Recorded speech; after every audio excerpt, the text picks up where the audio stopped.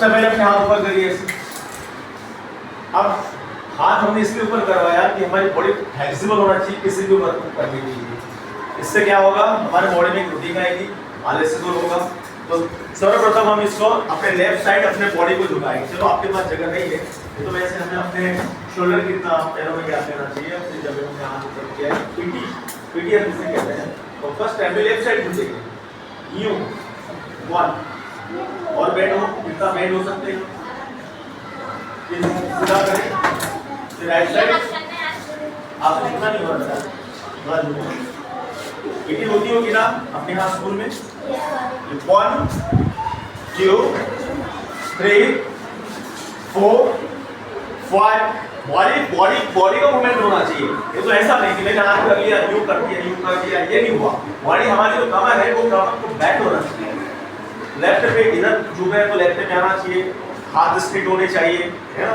फिर अपने पूर्वावस्था में आए, उसके बाद फिर राइट साइड को झुके तो फिर उधर आना चाहिए। ये हमारे पीटी का एक शेड्यूल होता है। हम किस लिए करते हैं पीटी, आप बताएं थोड़ा सा, मैं आपसे भी जानना चाहता हूँ। स्कूल में एक पीटी की क्लासेस होती है, हमारे समय में होती थी, अभी पता नहीं होती नहीं होती। मैडम अभी होता है ये पीटी? हाँ, पीटी इसलिए होता है कि एक बार बॉडी की फुल एक्सरसाइज होनी चाहिए, इसलिए पीटी का एक्सरसाइज हम करते हैं कि हम जब भी कहीं जाए तो रूटीन में रहे, बॉडी रूटीन में रहे, उस कार्य को करने के लिए प्रेरित रहे, ऐसा नहीं कि सुस्त तो बैठे रहे। कभी क्या होता है, बहुत सारे बच्चों में ऐसा होता है कि हाँ टीचर पढ़ा रहा होता है और वहाँ पर उसको नींद आ रही है। 1 2 3 4 5 6 7 8 9 10 ओके, गुड लक।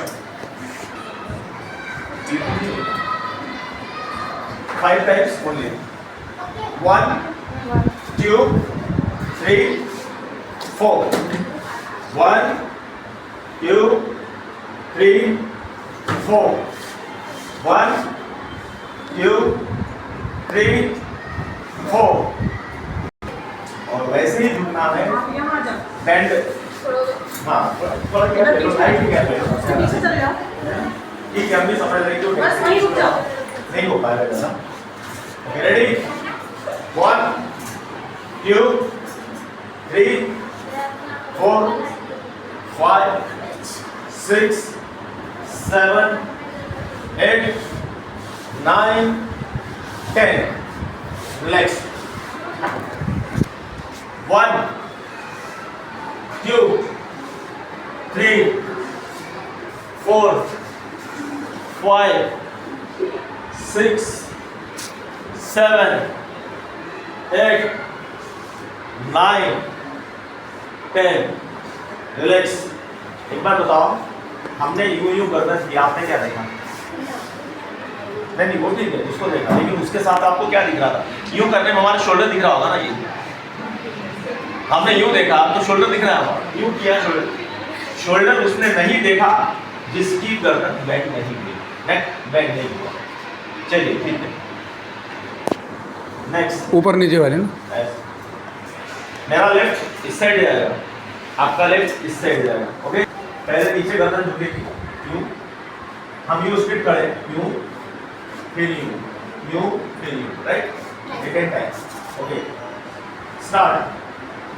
1 2 3 4 5 6 7 8 9 10 रिलैक्स।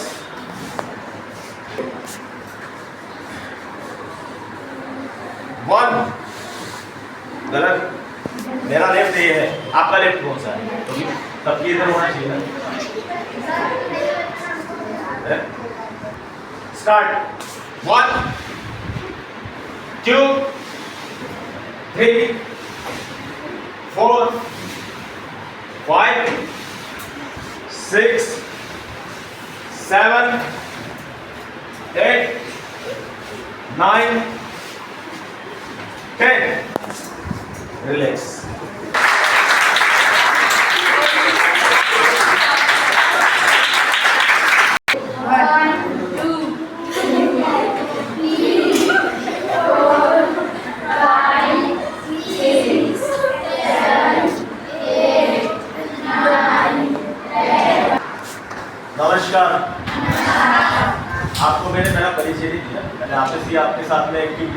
तो मेरा शुभ नाम है रविंद्र मोरे और मैं थिएटर से डायरेक्टर, एक्टर, सिंगर।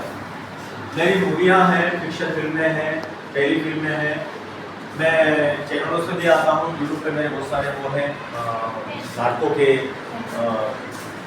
नाटक मेरे हुए हैं। जितने भी मैं थिएटर में नाटक करता हूँ, जैसे भारत भवन हो गया, रविंद्र भवन हो गया, शहीद भवन हो गया, और आउट ऑफ स्टेशन भी जाते, मतलब बाहर भी जाते हैं जो कार्य वो करते हैं। यहाँ मैं ईटीवी मध्य प्रदेश से, दिल्ली दूरदर्शन से, भोपाल दूरदर्शन से और प्राइवेट चैनलों से भी आता हूँ। और मैं किस संस्था की ओर से आया हूँ, तो मैं मेरी संस्था का नाम बता रहा हूँ आपको, यामिनी कल्चरल संस्था भोपाल। कौन सी संस्था से हूँ मैं? यामिनी कल्चरल संस्था भोपाल। Right, correct. अब आपको ये मालूम होना चाहिए, हम किसी जब कहानी को बताते हैं तो कहानी की जो शुरुआत करते हैं, आपको मालूम होना चाहिए पर्यावरण से। हमें पर्यावरण पे एक छोटी सी बात करेंगे, पर्यावरण से हमें क्या क्या फायदे हैं। चलिए तो फिर से बोलिए कि आपको पढ़ाई से या एग्जाम से या परीक्षा से किसको डर लगता है? बोलिए, गले हो, कोई प्रॉब्लम वाली बात नहीं है, वो हम बताएंगे आपको, उसके सोल्यूशन बता रहे हैं। एक हम जब तक उस बात को हम आमने सामने बात नहीं करेंगे, एक जिसको काउंसलिंग कहते हैं। कई सारे बच्चे क्या है, डर जाते हैं। जैसे मैं बता रहा हूँ, परीक्षा से मुझे भी डर लगता था। जब हम पढ़ा करते थे हमें भी डर लगता था, क्योंकि एग्जाम से अरे यार इतना टफ एग्जाम आएगा, इतने टफ क्वेश्चंस आएंगे, हम उसको कैसे फॉलो करेंगे। तो कहीं ना कहीं हमें थोड़ा ये भी डाउट होता था कि यार आज हमने पढ़ाई अच्छे से की, या 2 महीने हमारे एग्जाम को थे, तो हमारे घर में कोई प्रॉब्लम आ गया या हमें कहीं और जाना पड़ा, इसके कारण मेरी परीक्षा मतलब पढ़ाई ना हो पाई। तो ये सब में हर विद्यार्थियों के अंदर, हर स्टूडेंट में ये सारी बातों का डर होता है। लेकिन मैं एक बात कहूँगा आपसे, कई सारे लोग ऐसे मैंने देखा कि एग्जाम उन्हें पढ़ाई अच्छी की, एग्जाम में फेल हो गया। तो अब ठीक है, उन्होंने या तो रिवीजन ढंग से नहीं किया होगा, या जो क्वेश्चंस आने होंगे उसको नहीं पढ़ पाए, या पढ़ा तो दिमाग में नहीं रहा, और उन्होंने लिखा भी तो कहीं थोड़ा मिसिंग लिख दिया। जब पेपर चेक होने के लिए गए तो उन्होंने देखा कि यार ये सही लिखा नहीं है, उसको माइनस मार्किंग कर दी। ये बहुत सारे व्यूज उसमें आ सकते हैं, कोई बहुत बड़ी बात नहीं। लेकिन एग्जाम को, जैसे दंगल में 2 पहलवान खड़े हैं, तो उसका एक एग्जाम्पल देना। दंगल में 2 पहलवान खड़े हैं तो विजेता कौन कहलाएगा? लेकिन मुझे भी जितना है और उसे भी जितना है, परीक्षा को भी जितना है और मुझे परीक्षा को जितना, परीक्षा को आपसे जितना है, तो हम दोनों दंगल पहलवान हो गए एग्जाम में।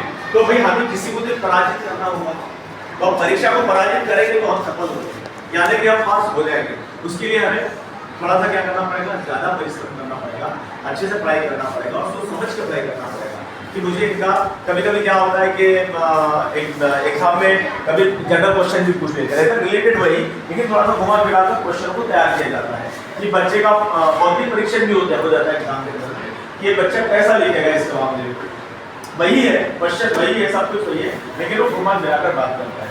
तो यदि हम फेल हो गए, मैं आपको वही बात बता रहा हूँ, यदि हम फेल हो गए तो बहुत सारे बच्चे ऐसे होते हैं कि वो गलत अपना डिसीजन ले लेते हैं, या सैड रहने शुरू कर देते हैं, यार मेरा ऐसा हो गया, या माँ बाप से ढंग से बात नहीं करते। लेकिन ऐसा नहीं होना चाहिए। परीक्षा है, वो फेल हुआ नो डाउट, कोई बात नहीं, आपके साथ के आपके फ्रेंड्स लोग आगे क्लास में चलेंगे। लेकिन आप नेक्स्ट ईयर अगर अच्छी पढ़ाई करेंगे तो जो आपका परसेंटेज भी अच्छा नहीं होगा, अच्छा परसेंटेज बनेगा, मैं मानता हूँ मैं एक साल आपका लॉस होगा। लेकिन हमें ये नहीं सोचना चाहिए कि यार अब हमको एग्जाम नहीं देना चाहिए। भाई अगर हम एग्जाम नहीं देंगे तो हम आगे कैसे जाएंगे, कॉलेज तक कैसे पहुँचेंगे, हमारा जो एम है उसको फॉलो कैसे करेंगे। इसलिए इस बात को अपने माइंड से बिल्कुल निकाल दीजिए कि यदि हम बाय द वे फेल हो गए तो यार हमें पढ़ना नहीं मतलब क्या है, जहाँ तक आप आए उसके बाद आपकी पढ़ाई ब्लॉक हो गई। तो ऐसा हमें कभी भी भविष्य में किसी भी स्टूडेंट को ये बात को नहीं सोचना चाहिए। हो सकता है कि हमने पढ़ाई कभी की हो या नहीं की हो, घर के प्रॉब्लम्स भी होते हैं, सभी को प्रॉब्लम्स नहीं बताए जाते, तो ये बहुत सारी ऐसी बातें रहती हैं। तो इसलिए हमें पढ़ाई या तो सही समय में करें, जब समय मिले तब कर लें, या ज़्यादा अपना घूमने फिरने में समय को व्यर्थ ना करें। और जो हमारे क्लास में जो हमारे टीचर पढ़ाते, मैंने कई बार ऐसा देखा है, ये घटना में मेरी अपनी खुद की बता रहा हूँ, इसमें शर्म वाली कोई बात नहीं है। कभी ऐसा होता था कि मैथ्स सबको डिफिकल्ट जाता है, मैथ हमारा भी सब्जेक्ट था। तो जब यहाँ ब्लैक बोर्ड पे मैथ्स टीचर समझा रहे हैं तो क्या होता है कि उस टाइम पे हमारे दिमाग में और कई बात आ रही होती है, या हम जो डेस्क पे बैठते कुछ बात करने लगते हैं। हमें ऐसा बिल्कुल नहीं करना चाहिए। जब हमारे टीचर हमें समझा रहा है तो हमें पूरे गहनता से समझना चाहिए, और जब नहीं समझ में आई बात तो वही खड़ा हो जाना चाहिए। ये हमारे साथ भी हुआ, इसी चक्कर में हम एक बार फेल हो गए थे, लेकिन हमने उसको बुरा नहीं माना।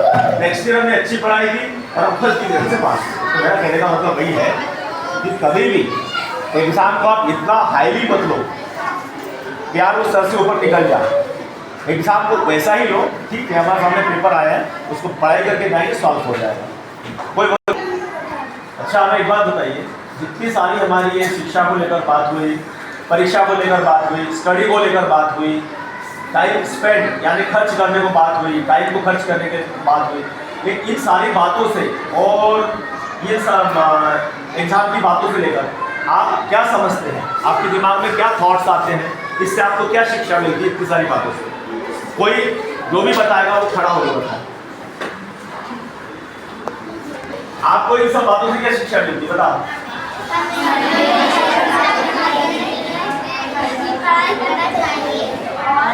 और अच्छे नंबर लाने चाहिए, यदि फेल हो जाए तो अगले साल और मेहनत करना चाहिए।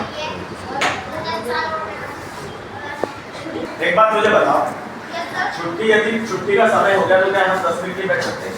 Any problem? किसी को प्रॉब्लम है? बहुत बड़ी बात नहीं है वो। अच्छा एक बात बताओ, जितने लोग ड्रामेटिकल माध्यम से नाटक में, मैं अगली बार आऊँगा, ऐसा नहीं, अगली बार आप लोगों से मैं नाटक भी करवाऊंगा और यही करवाऊंगा स्कूल में, उसकी मैं वर्कशॉप भी अच्छे से दूंगा आपको। तो मैं नाटक के माध्यम से मैं आपको एक गाना सुना रहा हूँ, चाहो तो आप मेरे साथ भी कह सकते हैं। गीत कौन कौन गाता है हाथ ऊपर करो तो गाइए। कोई परदेसी आया आज मोरे गाँव में, जस्ट प्लीज एक लाइन गाँव से ही बनता है, ठीक है ना? मैं शहर में भी कह सकता हूँ, गाँव में भी कह सकता हूँ, ओके? एक बार जोरदार ताली।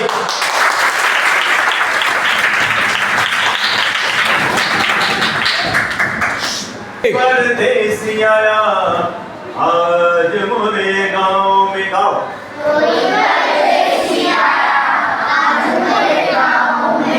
नाम ही करें ओके रेडी? चलो गाइए, मेरे को लाइन बताइए वो गाओ।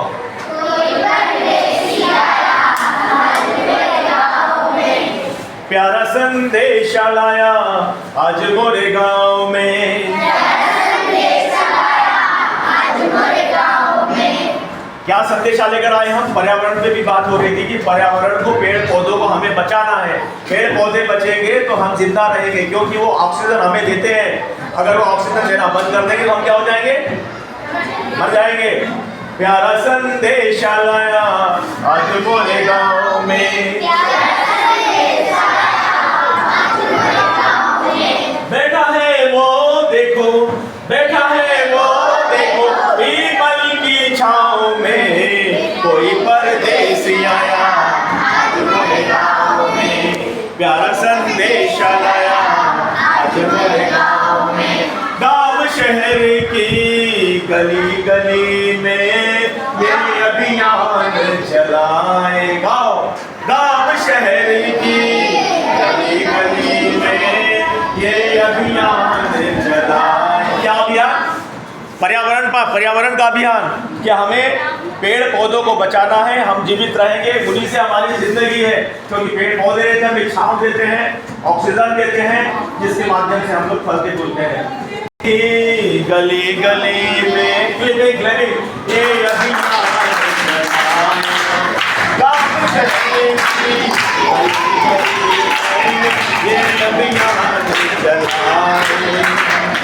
ताला मुझसे कुछ कहता है, ताला मुझसे कुछ कहता है, ताला मुझसे कुछ कहता है, अपने गाँव गाँव में कोई परदेसी आया, प्यारा संदेशा लाया बेटा है वो देखो, बेटा है वो देखो, पीपल की छाँव में कोई परदेसी आया, कोई परदेसी आया गाँव में। बहुत बहुत धन्यवाद आप मेरे तरफ से बोलिए, बोलो भारत माता की